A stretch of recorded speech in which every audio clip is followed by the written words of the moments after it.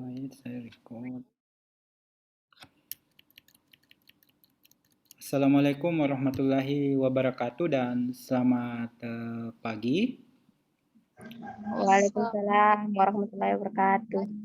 Baiklah, pada kesempatan kali ini, pertemuan kali ini, jadi kuliah-kuliah kemarin itu kita sudah membahas teori pengetahuan dasar tentang komputer. Jadi bagaimana komputer pertama itu dikembangkan dan seterusnya.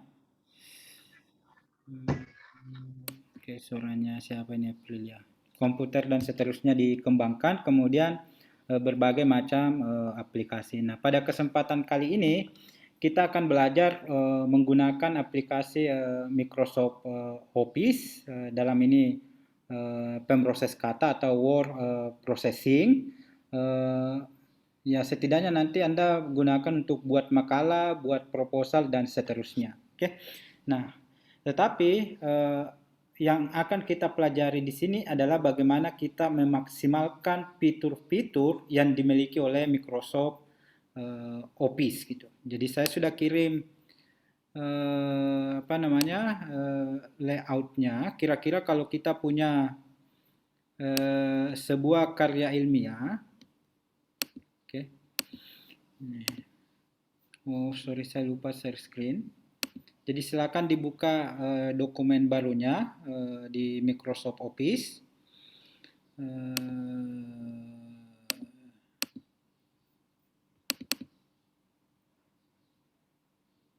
Oke, ini Microsoft Office-nya.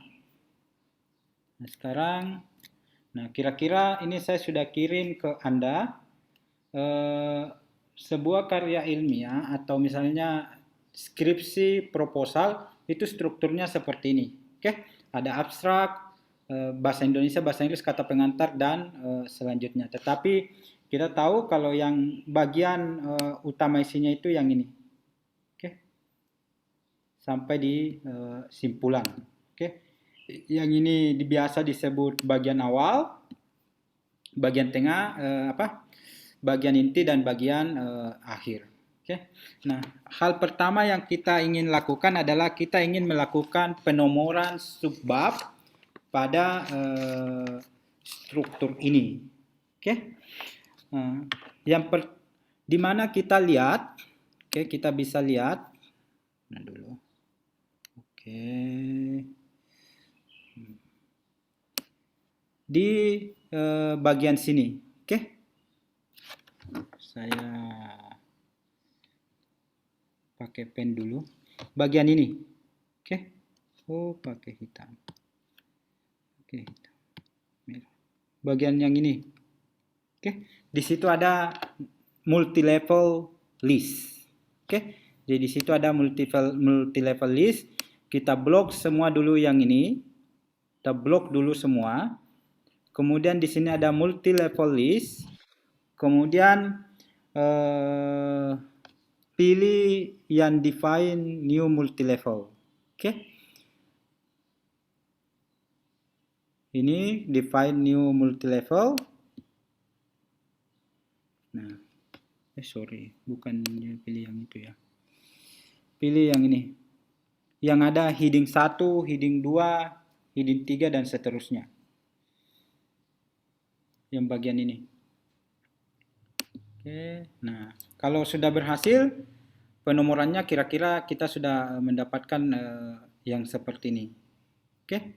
Saya kira ini dasar. Nah, sekarang kita kan misalnya di Cokro kita punya panduan skripsi pedoman, oke? Jadi ada, nah, jadi saya share screen dulu, ganti share screen-nya dulu. Nah, kita punya pedoman seperti ini, oke? Jadi kita punya pedoman seperti ini yang sudah ditetapkan. Nah, spasinya dan seterusnya itu bisa Anda atur sendiri.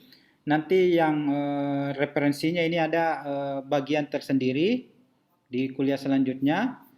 Nah, yang paling penting itu ini. Oke. Inilah struktur skripsi proposal yang ada di Cokro Aminoto Palopo. Jadi kita akan coba buat template sehingga kalau misalnya ini Anda bisa kerjakan dengan baik, pada saat Anda menulis skripsi harusnya sudah tidak bisa Anda gunakan dengan lancar. Oke. Jadi saya tutup, saya kembali ke Microsoft Word-nya. Sorry. Oh, kok WhatsApp.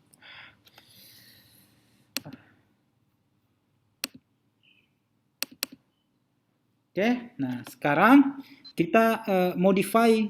Oke, kita modify. Nah, ini heading 1.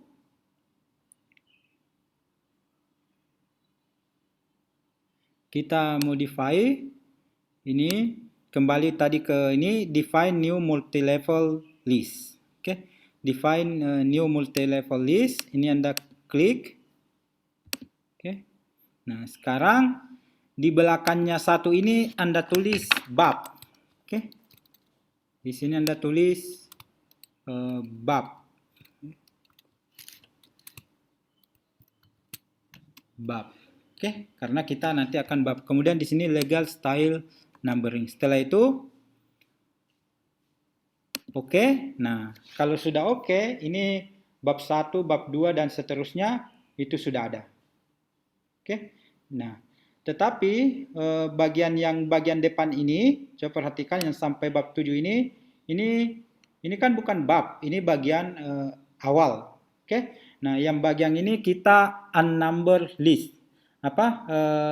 Numbernya kita hilangkan, Anda blok yang bagian itu, kemudian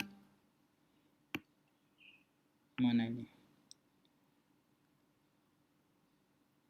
Anda klik yang ini. Oke. Anda klik yang bagian itu. Nah, kita klik. Nah, coba lihat ini sudah hilang abstrak.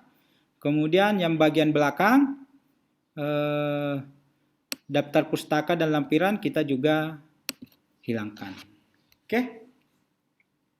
Bisa ya sampai di sini ya. Bisa ya Anda ikuti. Nanti juga video kuliah ini saya coba upload di YouTube. Oke. Setelah itu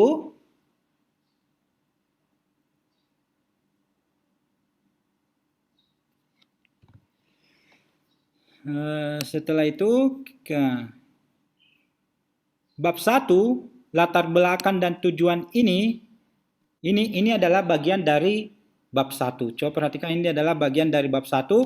Anda blok ya bagian yang ini, Anda blok bagian yang ini. Nah, kemudian Anda klik heading 2. Oke, jadi itu nanti akan menjadi heading yang kedua. Oke, jadi bab 1 ini kita ganti color. Bab 1 ini adalah heading 1. Ini semua heading 1. Nah, kemudian bagian dari bab itu adalah heading 2. Oke. Saya clear dulu. Nah, ini heading 2. Nah, ini langsung ini adalah bagian dari bab 1, bab 2 dan seterusnya. Nah, sampel dan populasi ini bagian dari bab 3, hasil dan pembahasan ini sama. Ini adalah bagian dari bab 4, simpulan dan saran. Ini heading 2. Oke. Nah, jadilah seperti ini. Oke. Bisa diikuti sampai di sini? Kalau ada pertanyaan silakan langsung diajukan. Nah, sekarang coba perhatikan sekarang. Nah, ini kan warna hurufnya belum hitam, ukuran hurufnya belum sesuai dengan standar yang diinginkan oleh Cokro Aminoto Palopo. Nah, ini kan kita tahu ini heading 1. Oke, ini heading 1. Nah, kita klik kanan di sini heading 1. Kemudian pilih modify. Nah, kita modify ini heading 1-nya. Kita ubah fontnya jadi hitam. Kita bold. Kemudian ukurannya, saya lupa tadi ukurannya di panduan, misal kita ambil 14. Oke. Kemudian hurufnya Times New Roman. Oke. Ini kemudian oke. Oh, kenapa? Oke, nah, bisa kelihatan langsung terlihat di situ berubah jadi Times New Roman. Oke, heading 2 pun kita begitu. Cek dulu. Kenapa ini? Heading 1. Kalau misalnya kita mau di tengah judul babnya, kita tinggal ini. Oke. Itu nanti Anda modify sendiri. Kemudian heading 2, ini kita modify juga heading 2-nya. Nah, heading 2-nya ini kenapa tidak muncul? Modify. Nah, ini misal ukurannya dia adalah 12. Kemudian dia juga Times New Roman. Kemudian bold dan warna hitam. Oke. Muncullah seperti ini. Bisa juga Oke, sampai di sini bisa diikuti. Mohon diaktifkan dulu kameranya. Saya tidak tahu apakah saya bicara di sini Anda di depan kamera atau Anda jalan-jalan. Coba diaktifkan dulu semua kameranya. Saya mau lihat di device saya yang satu. Mohon diaktifkan dulu semua kameranya. Oke. Nah, mungkin juga di sini di sampel populasi langkah penelitian,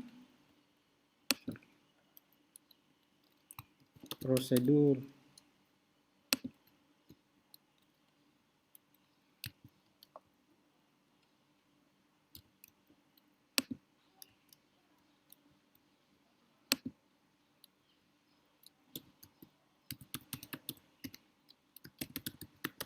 Ini bisa Anda tambahi subbabnya.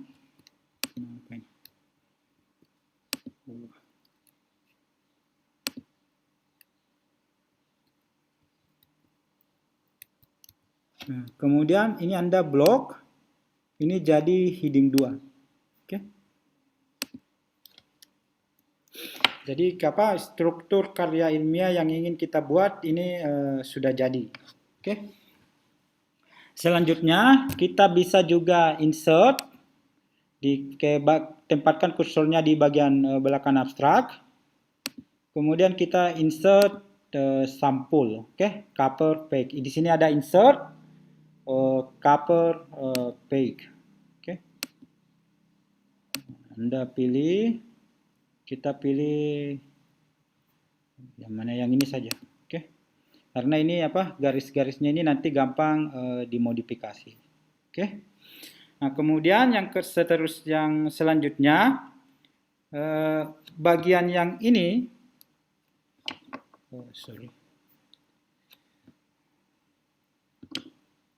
bagian yang ini terpisah, oke.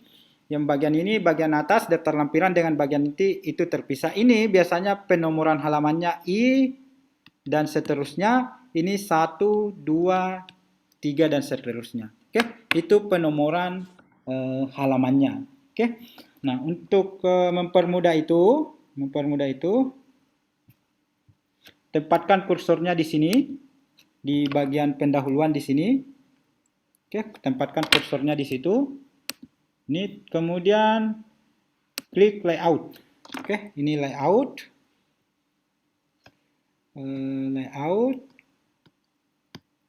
Kemudian di sini brick, ada brick di sini. Ada brick. Nah, ini ada brick di sini. Kemudian pilih yang next page. Oke. Pilih yang bagian ini. Oke. Next page, insert a section brick, start new section the next page. Oke. Nah, ini sudah muncul di sini. Oke.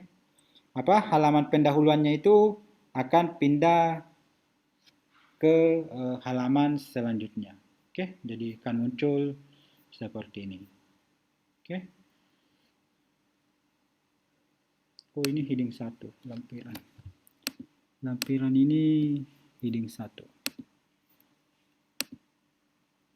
Nggak usah ada numbernya. Oke. Nah, sekarang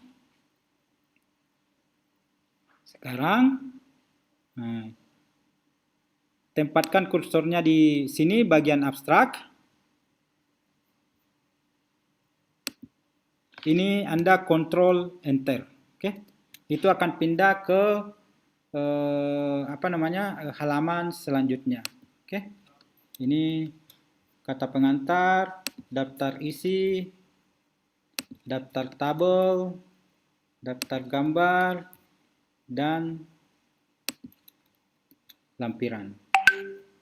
Oke. Apa fungsinya Ctrl Enter ini? Coba perhatikan kalau saya ulangi ini abstrak.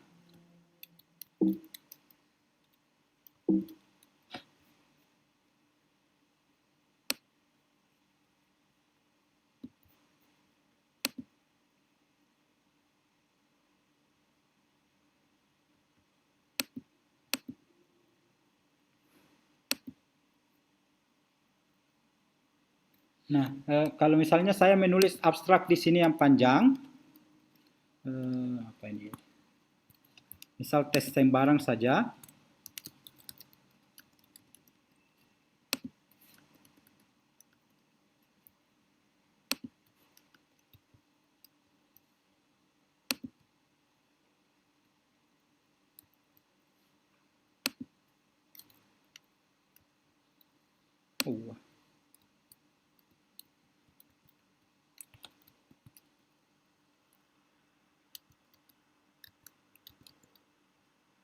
Misalnya abstraknya panjang. Nah, coba perhatikan. Nah, abstrak ini tetap ada di bagian atas. Oke, biasanya kan kalau abstrak di sini biasanya abstrak ini ada di bagian ini. Oke, setelahnya akhir teks. Coba perhatikan, ini abstraknya panjang. Ini misalnya abstraknya panjang. Nah, heading selanjutnya itu setelah kita kontrol enter itu selalu berada di bagian atas halaman pertama. Oke, itu fungsinya tadi kontrol enter. Oke. Nah, coba bandingkan, misal ini kata pengantar, ini bagian depan, bagian mana?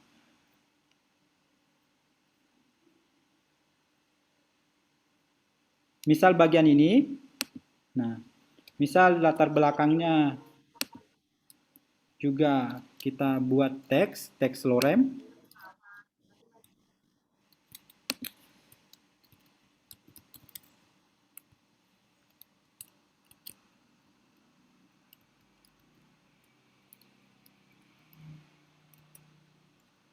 Oke, tes sembarang saja.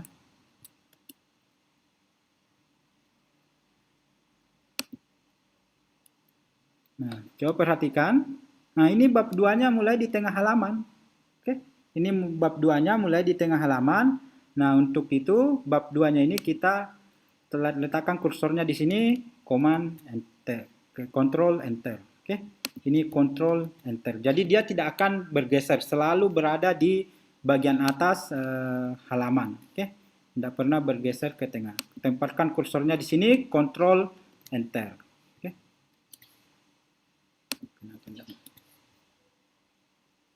Ini control enter dan lampiran. Oke. Jadi jadilah template inskripsinya tinggal di sini di normal teksnya.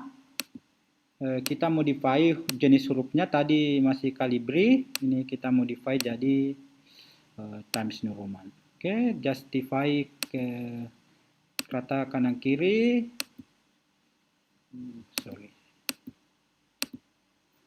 Oke, Times New Roman dan oke. Oke. Ini nanti teksnya di dalam akan Times New Roman rata kanan kiri. Oke. Yang lain kalau ini mau dikasih di tengah, tinggal modify heading satunya. Jadi center begitu. Oke. Semua heading satunya akan di tengah. Oke. Nah, selanjutnya kita kasih nomor halaman. Oke. Nah, untuk memberi nomor halaman, Teks di sini bagian abstrak, insert, kemudian page number, Anda format dulu page number-nya, kemudian ini I, start di I, ini, kemudian oke. Oke, terus kita klik page number. Right bottom of page. Ini ada beberapa pilihan. Ini button di bawah, vertical center, vertical inside. Nah, kita tergantung Anda dan format yang diinginkan. Oke.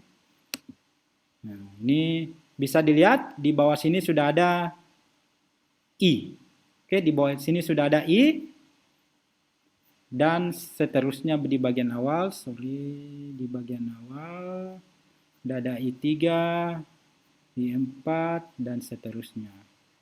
Oke, jadi di bagian awal itu sudah ada I. Nah, sekarang di pendahuluan, nah ini kan berbeda ini formatnya. Yang bagian sebelumnya itu pakai angka Romawi, ini kita pakai angka 1 dan seterusnya. Oke, kita format page number-nya.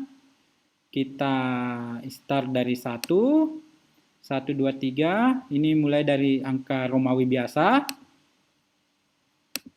Kemudian page number. Oke, sama saja. Nah, di sini mana nih?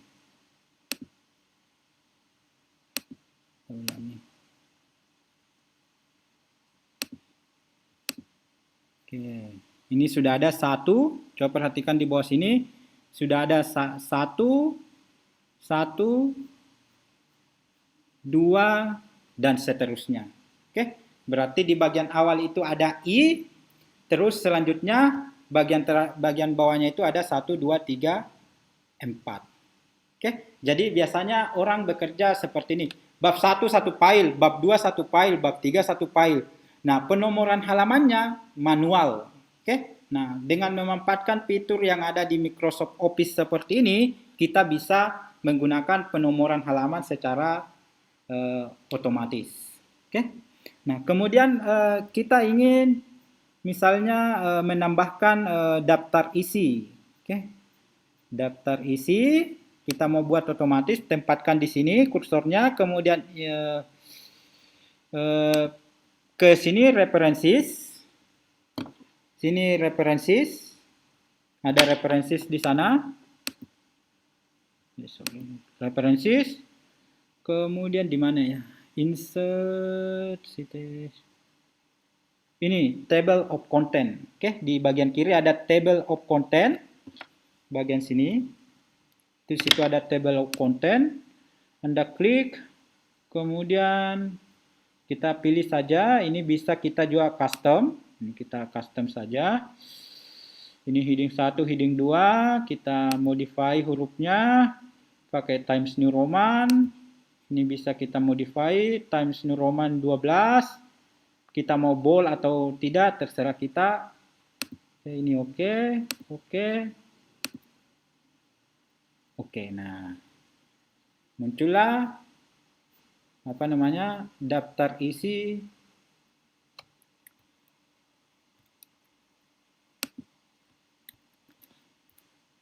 secara otomatis.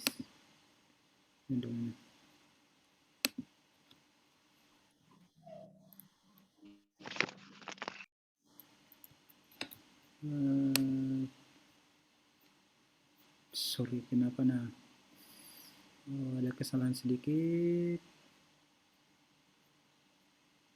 Mana nih?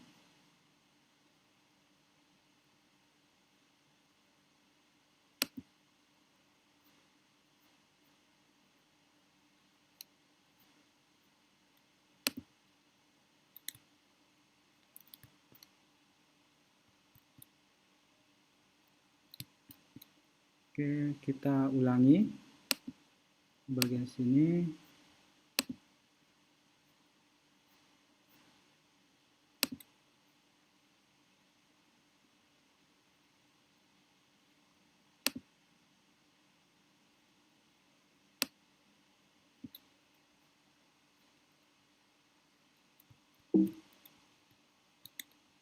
Sorry, posisi kursornya tadi salah, harusnya di sini. di akhir daftar isi. Oke, ini sudah muncul ini. Oke. Jadi daftar isi ini otomatis, ini misalnya hasil dan pembahasan ada di halaman 5. Oke, ini bisa kita klik di sini. Mana nih? Ini langsung ke halaman 5 pembahasan. Misal ini pembahasan halamannya berubah. Misal kita sudah mengisi, jadi ini template-nya sudah jadi. 10.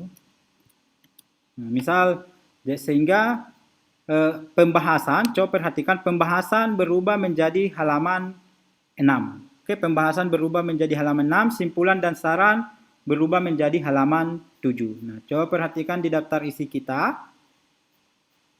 Daftar isi kita. Nah, ini simpulan dan saran masih 6 di sini. Padahal tadi ketika kita menginsert teks, dia berubah bergeser ke bawah. Nah, untuk menyesuaikan perubahan-perubahan itu, Anda tinggal klik kanan di sini, di bagian daftar isi. Mana nih daftar isinya? Anda klik kanan, ini update field.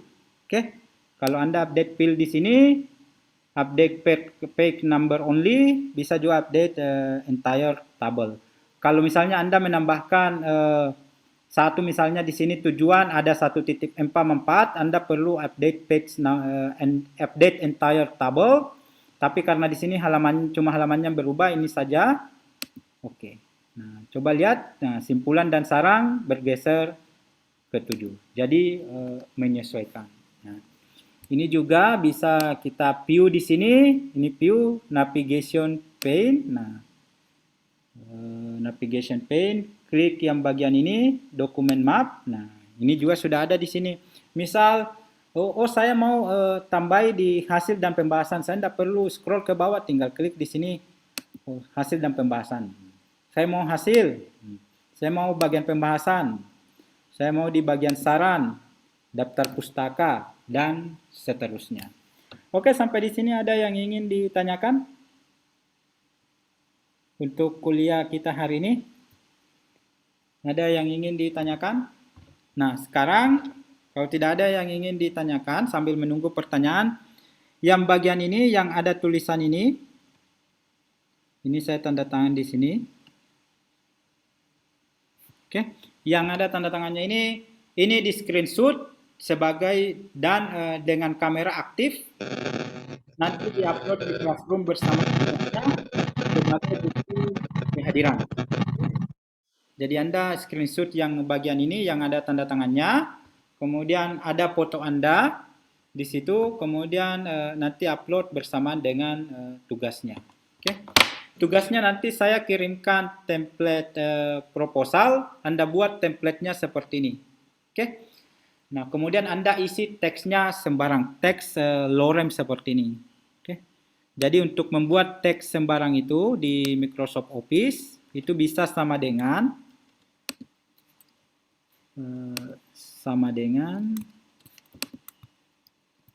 lorem buka kurung berapa paragraf, misal 2 3. Oke. Enter. Nah, ini seperti ini. Oke, jadi nanti buat semua saran nanti ada isinya teks, simpulan nanti ada isinya teks, pembahasan ada isinya teks. Minggu depan kita akan coba bagaimana menginsert tabel dan menginsert gambar di dalam dokumen yang kita buat. Jadi tugas Anda sudah jadi. Dokumen yang kita buat sehingga di sini daftar gambarnya otomatis dan halamannya juga otomatis. Jadi Anda tidak perlu di mana lagi gambar 1, di mana lagi gambar 2, halamannya dan seterusnya. Oke? Sampai di sini ada yang ingin ditanyakan? Ada pertanyaan? Saya, Pak. Nah, silakan Widya. Ini Pak, kan kalau di screenshot itu kan tidak ada muka, tidak ada, misalnya saya yang screenshot, tidak ada muka aku di atas Pak, kalau pakai HP, muka yang ada Pak. Tidak apa-apa Pak? Yang petakan ada aja namamu di situ toh. Nggak ada juga, Pak. Yang screenshot saja. Nah, ini, Pak. Nanti sertakan di tugasnya nah. Makasih, Pak. Jadi upload file yang template-nya sudah ada seperti ini, karena itu nanti akan menjadi bahan kita untuk bekerja pertemuan selanjutnya. Oke, ada pertanyaan?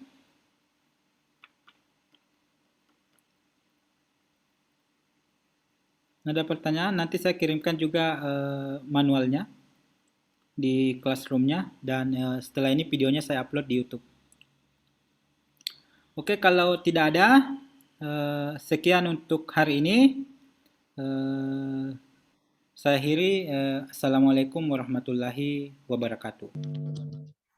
Waalaikumsalam warahmatullahi